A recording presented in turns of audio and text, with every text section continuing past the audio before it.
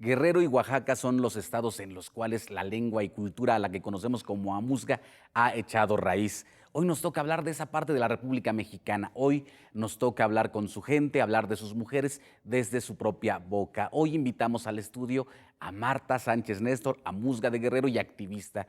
Una de sus luchas da cuenta de sus pasos: evitar que las mujeres indígenas mueran durante el parto. México es un país con mucho rezago en esta materia. Marta Sánchez Néstor es coordinadora de la Alianza de Mujeres Indígenas de Centroamérica y México, y desde ahí nos visita esta noche.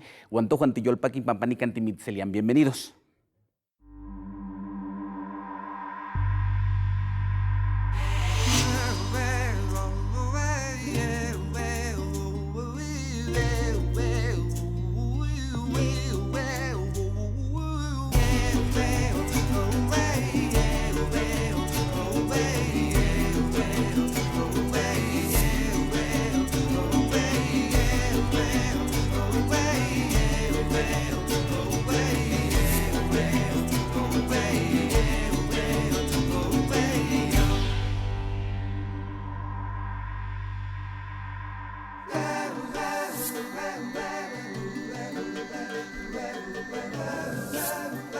Muy buenas noches, estamos en este quinto programa dedicado de esta serie de Raíz Luna, dedicada al lado femenino, digo yo, a hablar con mujeres indígenas cuyos trabajos de alguna manera dan cuenta de eso que sucede allá en los otros lugares de ese otro México. Estamos ahora con Marta Sánchez Néstor. Ella es amuzga de Guerrero, de Xochislahuaca, Guerrero, para ser más precisos, y ella nos está visitando aquí en esta casa que se llama de Raíz Luna para hablar también de su trabajo, del activismo por los derechos indígenas, por los derechos sexuales y reproductivos, y en fin, toda una pléyade de trabajos que ha hecho Marta Sánchez Néstor. Marta, Tlaxcamati Pampa Titechpachaloco Nito Chanitocan de Raíz Luna. Muchas gracias, Marta, por haber aceptado venir a esta casa, a esta tu casa que se llama de Raíz Luna. Muchas gracias por la invitación. Pues estamos platicando a lo largo de la serie de esta temporada, séptima temporada de Raíz Luna, con mujeres indígenas. Cada una de ellas nos platica un poco de su vida, de su trabajo, y me encantaría preguntarte, Marta Sánchez Néstor, cuando estuvimos buscando tu biografía y un poco platicando contigo, ya una vez que te pudimos encontrar, localizar, dices que no hablas la lengua, y quisiera preguntarte en ese sentido, ¿cómo es que una persona en México puede de repente olvidar la lengua de su madre, su padre y sus abuelos? Sí, mira, es una responsabilidad muy grande que llevamos a cuestas por todo un proceso. Siento que tiene que ver mucho con una educación escolarizada, pero también una educación familiar. Y yo hubiera querido aprender las lenguas diversas que tenemos. Yo tengo un papá que es tlapaneco, y él habla muy bien, y siempre yo que iba a su tierra lo escuchaba hablar con toda su familia.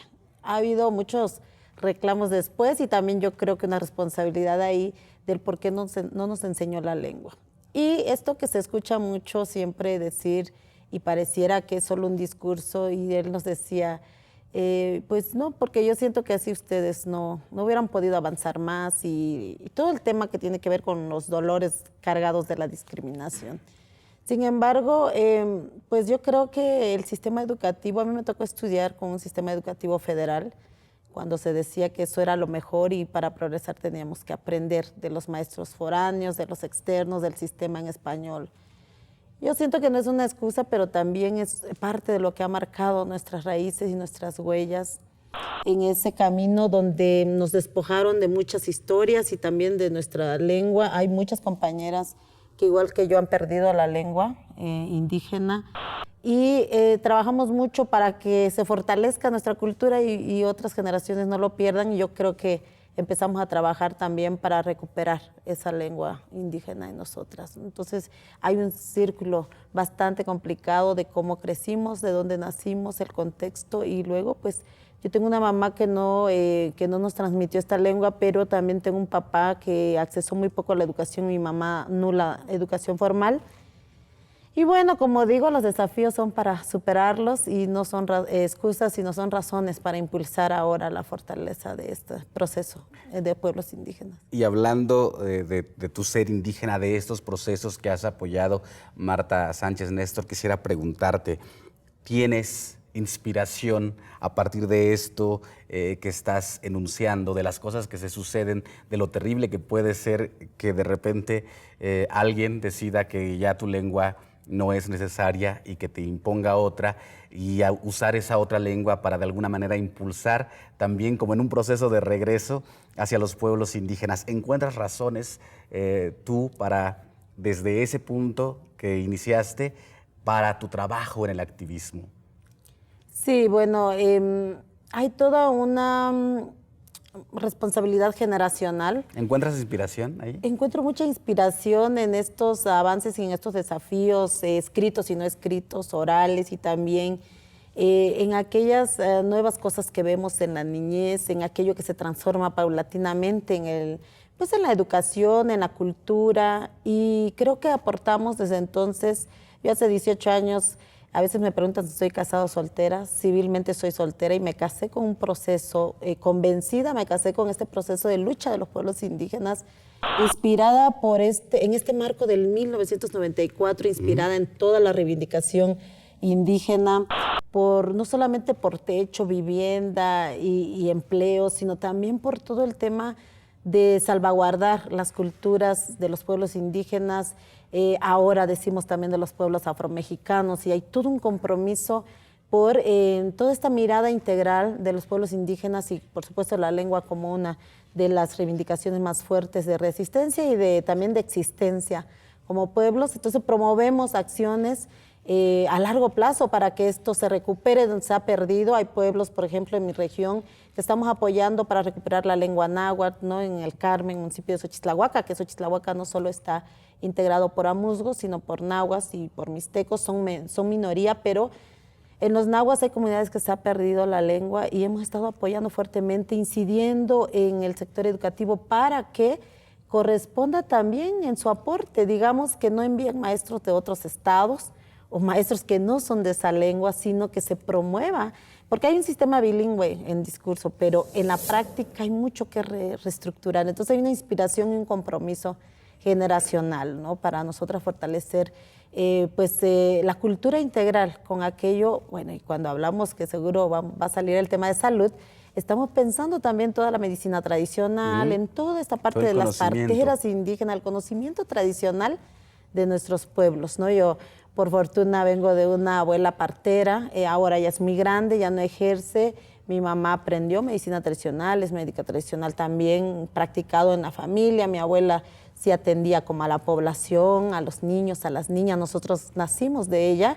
Yo no nací con médico, sino con partera. Entonces, creo que nos inspira la historia y nuestro proceso también de venir de otras generaciones que lucharon por esto, que ejercieron este conocimiento y que defendieron su vida también desde esta reivindicación y desde este derecho. Ahora hablamos de derecho, pero antes desde esta existencia, ¿no? Como mujeres y pueblos indígenas. Hablas, Marta Sánchez Néstor, activista amuzga de Oaxaca, de Guerrero, perdóneme usted. También en Oaxaca hay amuzgos. ¿Cómo tocas un tema importante? 1994 como un hito en la historia de los pueblos indígenas. ¿Cómo te toca a ti ese momento histórico que, como bien dices, es semilla de una reivindicación de los pueblos indios? Mira, uno me encuentra en la juventud, en esto, en aquel momento me encuentro a mis casi 20 años cumplidos, tenía 15 días de haber cumplido 20 años. Y creo que me encuentra en un camino donde yo me incorporo al Consejo Guerrerense 500 años de resistencia indígena en Guerrero. Y bueno, cuando el EZLN surgió públicamente, esta organización fue la primera a nivel nacional que se levantó en una marcha civil, en una marcha indígena que se llamó No Están Solos, y marchamos desde Chilpancingo, la capital de Guerrero, al Distrito Federal, al corazón del Zócalo, en esta ciudad. Y bueno, entonces caminé con mis compañeros y compañeras, con autoridades, con mujeres, con hombres, con ancianos, con niños, con niñas, con mujeres embarazadas.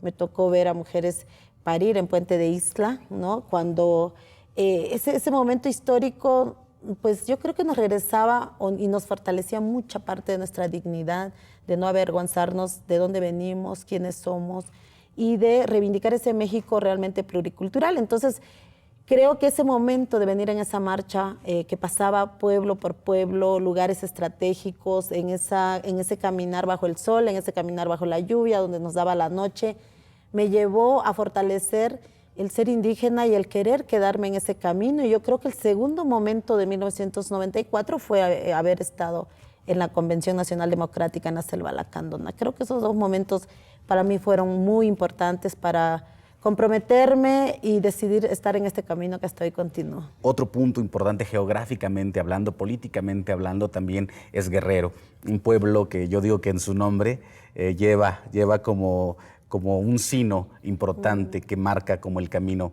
a caminar. Guerrero es uno de los estados de la República Mexicana con más pobreza. Tenían hasta hace algunos años el municipio más pobre de México. ¿Cómo ves Guerrero a partir del asunto zapatista, de la lucha, de la marcha, de esta marcha que nos estás hablando? ¿Cómo lo ves ahora, años después, en esta transformación? ¿Ha pegado en los pueblos el sentido de la dignidad indígena a partir del movimiento zapatista? Yo creo que en Guerrero antes había sido muy fuerte y lo es todavía el movimiento campesino. Después creo que el movimiento indígena se levantó civilmente, se levantó históricamente y en ese ir construyendo la lucha colectiva.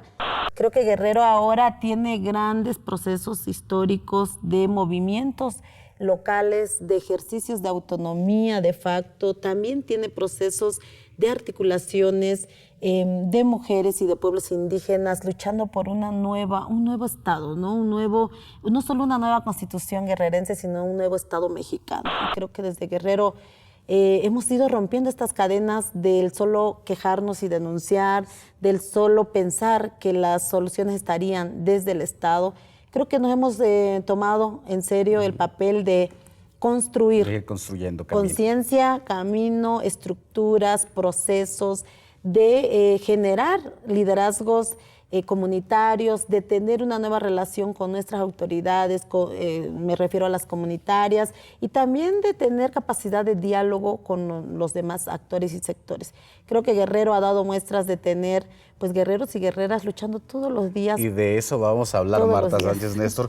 Tenemos que ir a un corte, pero vamos a hablar justamente de la lucha indígena campesina de los guerreros y de las guerreras que, como tú, han también dado ejemplo de cómo se pueden construir una nueva sociedad. Amán Íntimo Copán.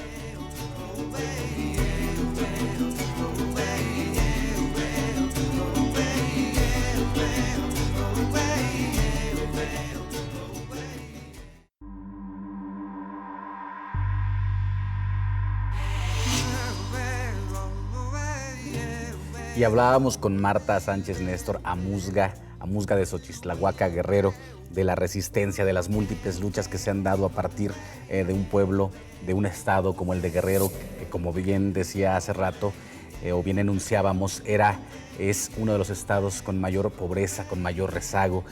Marta, ¿cómo incide la pobreza en esta formación, en este impulso para tomar el activismo como una forma de vida tuya?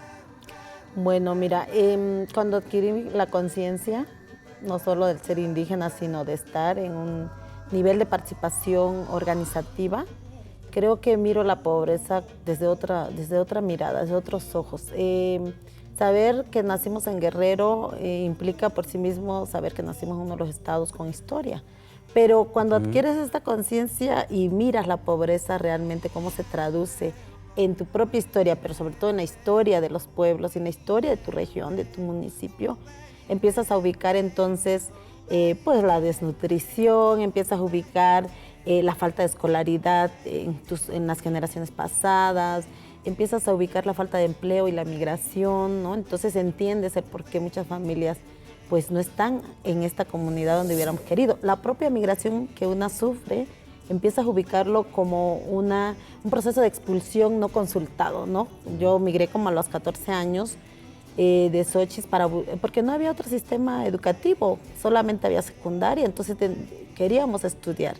Entonces hay como una serie de cosas que las ves antes como naturales. Cuando ya ves la pobreza, empiezas a ubicar que son situaciones que no tienes en tu propia comunidad de acceso a salud, a educación, alimentación y al empleo y bueno, a la participación. Y creo que la pobreza la ves marcada más en ciertos lugares que en ciertas regiones. Nosotros en Xochitlahuaca todavía pues es muy rico en recursos naturales, en agua, bueno, en cultura. Y hay lugares que la expulsión de jornaleros y jornaleras es mucho mayor, Mucho ¿no? mayor. La montaña, por ejemplo. En También en Tlapa. Tlacochitlahuaca, en la parte de los mixtecos, pero es mucho mayor en Tlapa, en Xalpa, en Malina, en toda esta parte de los municipios de la montaña alta. Y creo que la pobreza es un motor que nos genera pues este compromiso de luchar por mejores situación, por mejor acceso desde nuestra comunidad, que genere no solamente un proceso de arraigo, sino un proceso de participación corresponsable.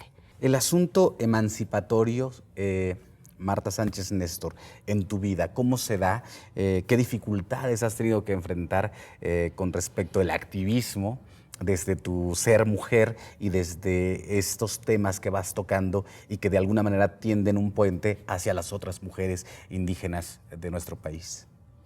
Mira, creo que el activismo me encontró casi, bueno, a mis 20 años, allá públicamente y engarzada en un proceso organizativo, y ahora tengo 38 años. Creo que entré convencida de hacer este proceso no solamente por un proyecto financiado, no solamente a 2, 3 años, sino a largo plazo. Creo que es una decisión de vida.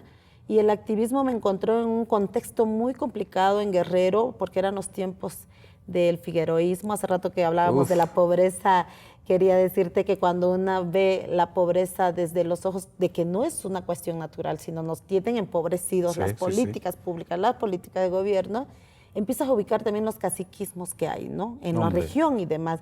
A mí me tocó esta participación a nivel estatal y estaba en ese tiempo el figueroísmo fuertemente en Guerrero. Creo que, bueno, sufrimos mucha persecución en ese tiempo, hostigamiento, lo que era el CISEN antes, amenazas, vigilancia, el no tener una vida segura, en cualquier momento sentirnos acechados porque apoyábamos al zapatismo. Y en ese momento, pues a todo el mundo nos acusaban, si tú eres zapatista eres ilegal y entonces eres una mujer que tiene que pagar esas consecuencias. En mi pueblo me acuerdo mucho, mucha gente, el EZLN cuando hizo todo un recorrido, fueron zapatistas a nuestro municipio, coordinados por algunos compañeros, por algunas organizaciones donde yo estaba, el Consejo de la Nación Amuzga, y era así como, ¿qué está pasando? ¿Esta gente por qué trae a los encapuchados? No se entendía la lucha de los pueblos, ¿no? Entonces, creo que el contexto del caciquismo, bueno, yo tuve ofrecimientos fuertes del gobierno. ¿Cómo lidias con eso? O sea, yo creo que lidias convencida, estando segura de lo que estás haciendo. Las raíces culturales también son raíces de tu lucha. Esas que dices, esta no tiene precio, ¿no? Yo tuve ofrecimientos que muchos lo saben, ofrecimientos fuertes. Dinos el más burdo que te hayan dicho. Tuve ofrecimientos, por ejemplo, de Rubén Figueroa Alcocer, en ese Palacio de Gobierno en Guerrero, cuando hubo una represión fuerte al Consejo Guerrerense, y yo era pues de las más jóvenes y además era la única mujer y había muchos liderazgos hombres muy fuertes. Y bueno, me tocó leer ese documento. Bueno, ahora por tiempo no puedo contar todo, pero el documento era muy fuerte, exigía justicia, no impunidad, respeto a los derechos indígenas, castigo a los culpables de la represión, que hubo señores en estado de coma, etcétera. Y me acuerdo mucho que estando con otras personas, todos los líderes estábamos en esa sala y me viene su guarura y me dice, llamen a esa señorita, ¿no? Entonces yo entré y me dice, llamen a esa señorita que con tanta vehemencia lee ese documento. Cuando yo entré, pues claro que yo iba con mucho temor y los compañeros decían, no tengas miedo, aquí estamos. Dije, sí, pero ustedes afuera y yo adentro, ¿no? Con la pequeña diferencia. Y bueno, el ofrecimiento fue concreto. A ver, tu niña, ¿qué estás haciendo? ¿No? ¿Cuánto ganas en el Consejo Guerrerense? Y yo ganaba 400 pesos, ¿no? Entonces yo estaba haciendo toda una función administrativa y todo, y ya estaba entrando a todo el papel más de liderazgo. Y dice, te ofrezco 1,800, ¿no? te ofrezco una computadora y te ofrezco un trabajo en informática y entreguen en la mañana su equipo. El tipo no te preguntaba si querías o no querías. Él estaba dando instrucciones sobre tu proceso. Entonces yo dije, no, muchas gracias. Yo estoy bien en el Consejo Guerrerense. Creo que a veces te trastocan los intereses monetarios. Bueno, si te ofrecen triple salario, te ofrecen un equipo profesional que llegué a tener años después, más personal, por una beca que conseguí, te ofrecen todo eso, pues sí, te tienta el poder, la economía, y yo creo que te tientan esas formas. Entonces yo creo que esto fue muy fuerte para mí y decidí rechazarlo convencida en que sí necesitaba una computadora, pero no iba a ser mediante ese medio, sí quería un mejor salario, pero no iba a ser mediante esa forma. Y bueno, tampoco iba a querer una plaza a costa de traicionar al Consejo Guerrerense y a la lucha y sobre todo traicionar mis principios que yo ya había cultivado. Entonces, creo que ese momento fue muy duro. También otros ofrecimientos luego más burdos, ¿no? Que tienen que ver con la cuestión de género, de que estando en esto todo el mundo cree que estás buscando un marido, estás buscando una pareja. Y yo creo que esa parte no se ha entendido. Y también el acoso de algunos dirigentes indígenas, claro que lo he vivido. Hay por ahí algún artículo donde escribí sobre eso. Yo pensaba que solo lo vivían las feministas y después vi que no, que también en la organización. Y creo que es una forma que no debería darse, ¿no? Yo creo que debería darse una lucha mucho más respetuosa, tanto de nosotras a los hombres como los hombres hacia nosotras, pero sí nos siguen viendo como un objeto sexual. En muchos momentos se niegan a mirar tu liderazgo, tu aporte, aunque no todos. Yo creo que hay muchos compañeros que son aliados, que son compañeros que suman a nuestra causa, porque nosotras sumamos a la causa de los pueblos. Y pues, hablando de esto, hablando de mujeres, hablando de procesos emancipatorios, de su relación con los hombres indígenas en tu caso, o no indígenas, como el caso de Figueroa, nos vamos a un corte. Esto es de Raíz Luna, ya volvemos.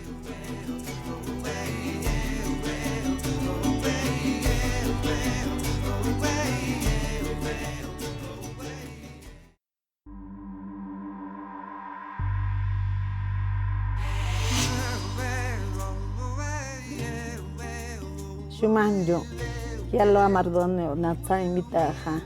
Ndena ya lo ayo tato ondo na gemandia.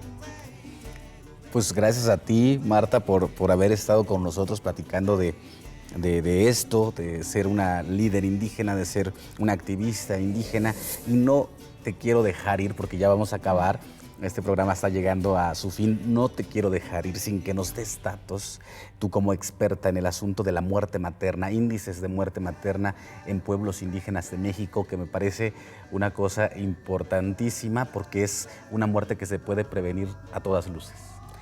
Sí, mira, la muerte materna, como sabes, en México tiene mayor recrudecimiento en las mujeres indígenas y en nuestro país hemos tenido índices muy fuertes. Por ejemplo, en Guerrero hay años en que hemos nosotras alcanzado 65 muertes sobre 100,000 nacidos vivos, por ejemplo. Y creo que esto es muy lamentable porque nosotras tenemos municipios que al año a veces alcanzan 7 muertes maternas, un municipio, en este caso Acatepec, podría hablar de San Luis Acatlán.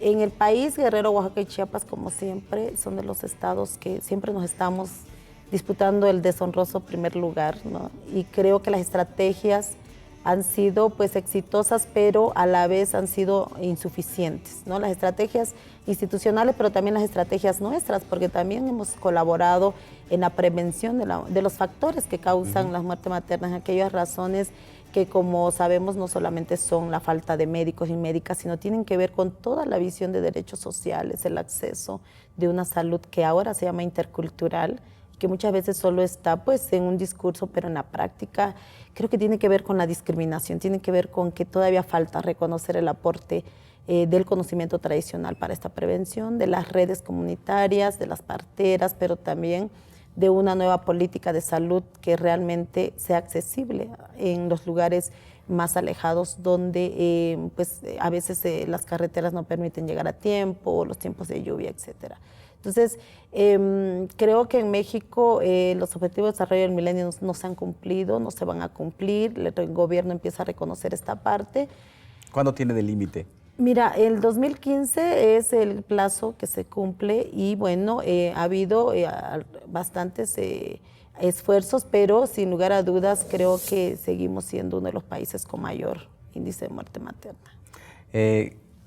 Marta, quisiera despedirme de ti, agradecerte que hayas estado con nosotros aquí en De Raíz Luna. Sin duda tu plática dará para muchas oportunidades más, de conversaciones más, para que podamos sin duda ir también desentrañando este asunto de las mujeres, los pueblos indígenas, los derechos indígenas, el activismo. No me queda más que agradecerte, Marta Sánchez Néstor.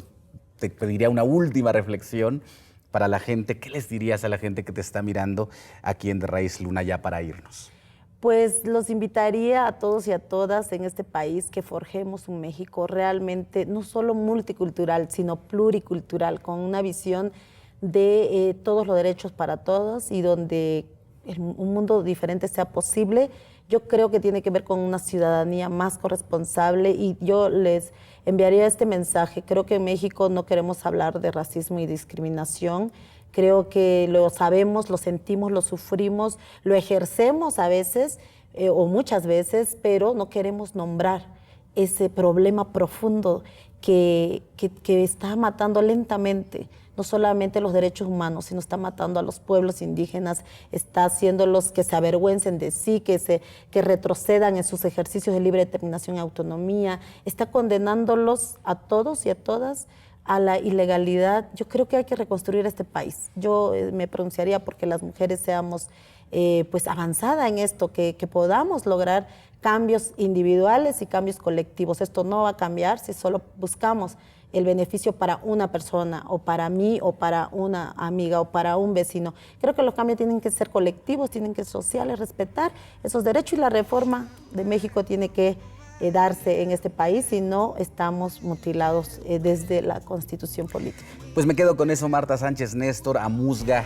de Guerrero, para decirnos gracias por haber venido, por decirnos estas cosas que nos dicen, que nos hacen tanta falta en México. Yo siempre digo que el racismo y la discriminación es un cáncer social y como todo cáncer, si no se cura, si no se atiende, si no se reconoce en una primera instancia, no se va a lograr nada. Marta Sánchez Néstor, muchas gracias. Muchas gracias. De Raíz Luna, Tlaxcamati, Miak.